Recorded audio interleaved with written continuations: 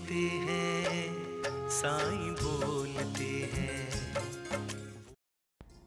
माझ्या प्रिय मुलांनो, अनेक वेळा प्रयत्न करूनही परिस्थिती बदलत नाही तर समजून घ्या की ती माझी इच्छेचं मूल आहे.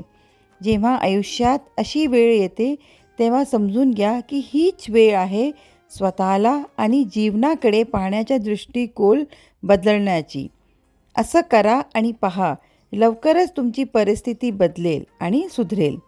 बाळा, माझ्या प्रत्येक कृतीमागे तुमचं कल्याण आहे.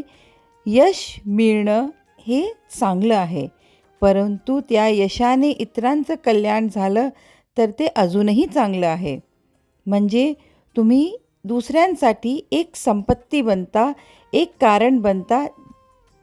त्यांच्या जीवनात तुमची उपस्थिती त्यांना प्रेरणा देत राहते आणि त्यांना मदत करत राहते.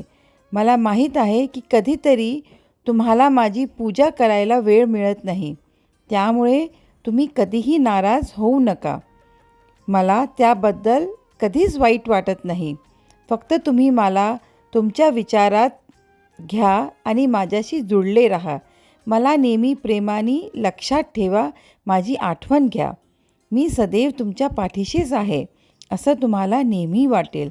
म्हणून आनंदी राहा आणि खूप हसत राहा, संतोषी राहा आणि माझे आशीर्वाद सदैव तुमच्या पाठीशी आहेत.